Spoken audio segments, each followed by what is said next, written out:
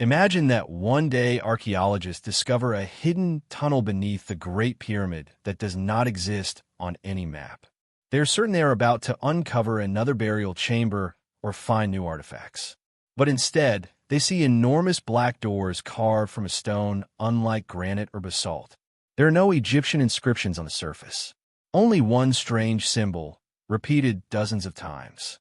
And the most terrifying part is that this symbol has never been found in any known civilization. When the researchers begin studying the doors, they find a small inscription hidden under a thick layer of dust. After translation, it reveals only one short sentence. Do not open until the return of the creators. Everyone assumes it is just a legend. But the very next day, something strange happens. All electronic devices inside the pyramid begin to malfunction. Cameras shut off for a few seconds and then turn back on by themselves. When the scientists review the footage, they notice something no one saw with their own eyes. At the exact moment the cameras went dark, a tall silhouette appeared near the black doors for a few seconds. It stood completely still, then it simply vanished. At first, everyone believes it is a technical glitch. But within a few days, strange events begin happening across Egypt. Compasses lose direction near the pyramids. Birds stop flying over them. And tourists increasingly report a strange low-frequency sound that is almost impossible to hear with the ears, yet is felt throughout the entire body. No one can explain where it is coming from. Then a young researcher decides to examine ancient papyri that have been left untouched in museum archives for many years. Most of the texts are ordinary religious records. But among them, she finds a scroll with no author's name. It is much older than all the others. There is no mention of gods, kings, or wars. The first line makes her freeze. The pyramids were not built for those inside. They were built for those outside. The more she reads, the more terrifying the story becomes. The scroll claims that people have always misunderstood the pharaohs. They were never considered the most powerful rulers of Egypt. In reality, they were chosen guardians. Each new pharaoh knew only one secret that could never be passed on, even to their own children. Something is sleeping beneath the pyramids. Not gold, not treasures, not mummies, but something so ancient that even the first Egyptians did not know where it came from. In the same scroll, there is another line. When the last guardian dies, the seal will begin to weaken. At first, the researcher does not understand these words. But then she notices a strange detail. In Egyptian history, after the death of the last pharaoh, pyramid construction almost completely stopped, as if they were no longer needed. And at that moment, she asks herself a question that sends a chill down her spine. What if the pyramids were not tombs, but massive seals? And if that is true, then what exactly have they been containing all this time? And at that moment, she asked herself a question that sent a chill down her spine. What if the pyramids were not tombs, but massive seals? And if that is true, then what exactly have they been containing all this time? After that thought, she couldn't sleep.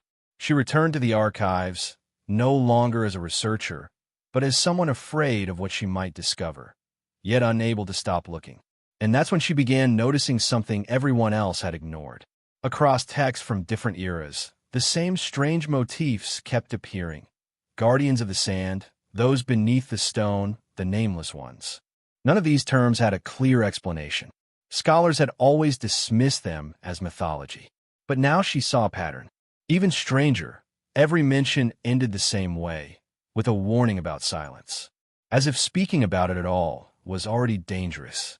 Meanwhile, in Giza, the situation was getting worse. Workers maintaining the tunnels started quitting one by one. Some spoke of hallucinations. Others described the feeling of being watched, even in complete darkness. One of them ran out of the facility in the middle of the night, leaving all his tools behind, and was never seen again. Then came the first real disappearance. A guard stationed at the pyramid entrance simply vanished from the surveillance footage. The recording didn't cut out. It continued running. One moment he was there, and the next his silhouette blurred, as if it had been erased from reality. A second later, the corridor was empty.